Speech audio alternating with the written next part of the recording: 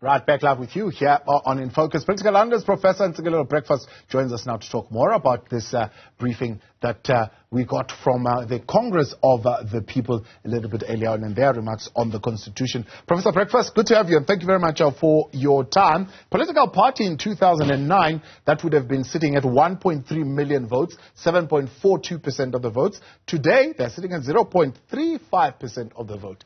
Calling us today saying, we want to discuss something rather important for the Constitution. We want the Constitution to be amended. You have to ask yourself, why now?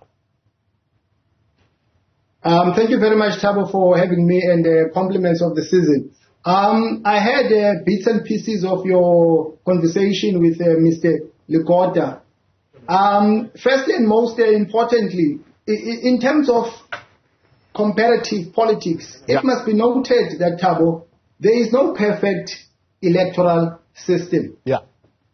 Because it's talking about first past the post, as opposed to the PR system. My argument is that all electoral systems, they have weaknesses, and we don't talk about that. We talk as if there is one electoral system that the country can implement that can solve all our problems, which is not true.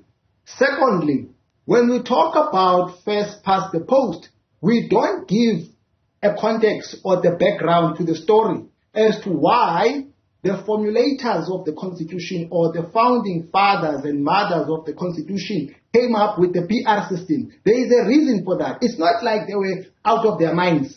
There is a reason for that. Because, Thabo, South Africa is not a homogeneous country. It's a heterogeneous country. We've got, people from different walks of life. We've got different races, different ethnic groups, and so on. Therefore, a PR system in a context like that is suitable because it creates a scope for people to be represented in parliament.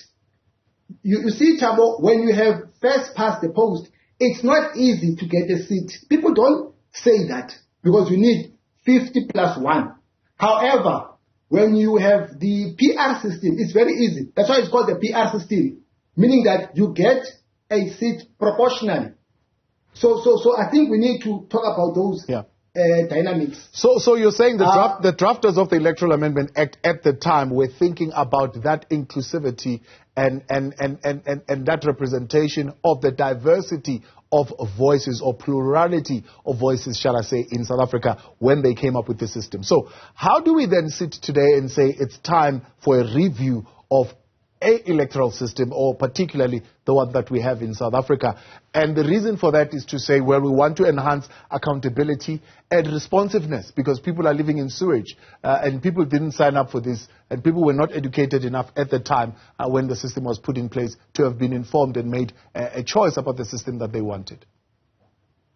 Thabo, I think the best approach or the way out is to have a hybrid system where we take both the strong points of first past the post alongside the strong points of the PR system.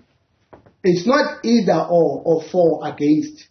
Both electoral systems, they have weaknesses. They also have strong points. Yeah. Now, one of the strong points of the first past the post is that it enhances accountability because an election is like a social contract. It's a political exchange, right? The people, they vote for their own government in exchange for certain services, and by so doing, they give a legitimacy to the powers that be, and they also guarantee those who are in power that they will abide by the policies that will be made. So that's the political arrangement. So first past the post enhances accountability. But the problem with the PR system is that sometimes you can get a leader that is not supported by the majority of people, that is only supported by political parties. So that's one of the weaknesses of it. But I think this is a conversation that we need to have as a country. I don't think that there is a need to change the Constitution. Yes, the Constitution is a living document. It's not a dead document. You spoke about earlier on Section 19, which speaks to the issue in question. There's nothing wrong with the Constitution. You must remember, the Constitution does not speak for itself. It is made to speak by the judges. They are the ones who interpret it. So that's why, for instance, the ruling of 2020 accommodated independent candidates. So I don't agree that the Constitution must be changed. There's nothing wrong with the Constitution. There are many approaches that are used to interpret the Constitution. You can interpret it historically, you can interpret it literally, you can interpret it contextually to suit your own situation. Yeah. So you're saying you would opt for a hybrid, right? Does the current process of electing the president of South Africa via a political party safeguard political accountability? And would you say then, therefore, a hybrid model would be better, and better how, in terms of looking at the failures of the past presidents and how they've not been held accountable by their political party? Again, Thabo, in terms of comparative politics, in the U.S., the president is elected directly by the people, and the president accounts to the people. In South Africa, the people vote for political parties. Then political parties among themselves in parliament, they elect who should be the president. And that omits the involvement of the people in that process. So that approach is elitist. So that's why I'm saying that we need a hybrid system. But there are elements of the PR system that I don't think we must get rid of, which can enhance arguably social cohesion. They can also avoid unnecessary conflicts and so on, as opposed to getting rid of the entire electoral system. Would you then attribute the failures of the ANC-led government and its presidents to deliver on an electoral system? Would you attribute would you attribute the failures of the past presidents of the ANC and maybe the party itself in general to a failed electoral system? I think there is more to that than meets the eye. There have been instances where there have been, cover-ups. Like, for instance, Balula said that the country was sold a dummy, that they lied to the country. They said a swimming pool is a fire pool or something along those lines. That has nothing to do with the electoral system. There are failures of the ANC that are straightforward, like slow pace of service delivery, the issue of power outage. But there are also instances where, I think former President Zuma, he should have been removed after that judgment, which was scathing by Mogoeng, I think in 2017. But the ANC, they covered up for him. They defended him at the expense of the country because the judgment was that he violated his oath of office. So it's a mixed bag. Yeah.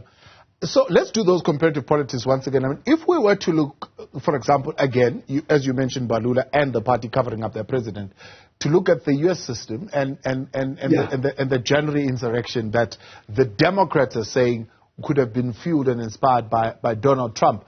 And you've got the Republicans who want to protect him.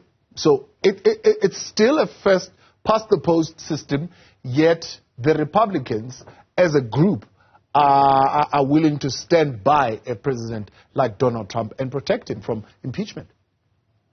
No, of course, Thabo, you're making a very good point. I think that is very unfortunate. But I think as the people of this country, I think we need to have a voice in Parliament in terms of who should lead us, as opposed to giving politicians a blank check to do as they please. Let me not say this, but I doubt very much if we had first past the post, the majority of people would have voted, for instance, for, the president after Mbeki. if you know what I mean. Yeah. I don't think so. But it's parliament, it's members of parliament, because the ruling party has the majority that decided to force him down our throats. And when we then look at a party like the Congress of the People calling for this, they're saying we've been calling for this consecutively in all our manifestos, and therefore we want to reiterate it once again as some kind of an election promise. Is it an election promise that is believable, that will buy them support from the electorate?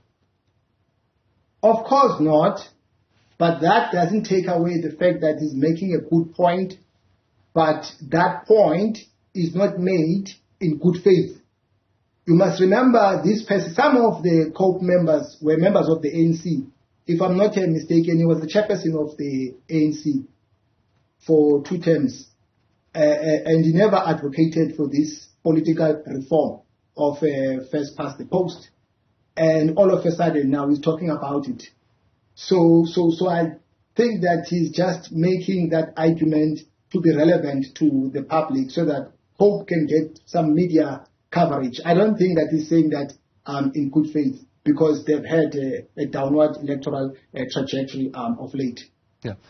The ANC, of course, is not the only party that benefits from this system. I suppose opposition parties like Democratic Alliance, parties like the EFF, also are benefiting from this system. I doubt very much that they would want to, at this particular point, dismantle a system that they are beneficiaries of. Of course, I fully concur with you. That's why people have been critical about the manner in which the 2 electoral systems have been integrated, because as things stand, this arrangement is biased towards political parties. Because, if there is a strong slant of first past the post, people might not see the need for them to be card-carrying members of political parties. And political parties then will be dealt with a blow in that way. There won't be a need for their existence if independent candidates can stand by themselves. But also, when you have first past the post, it's dangerous, because you can have a person like Donald Trump who's not grounded in politics. You can have a person who just has money, who can be a president, who doesn't understand politics. Prof, appreciate your time. Let's leave it there. Professor Ntsikelelo Breakfast, they're joining us, talk about the call made earlier on by the Congress of the People leader, Mr. Lekota, for the amendments to the Constitution. Well,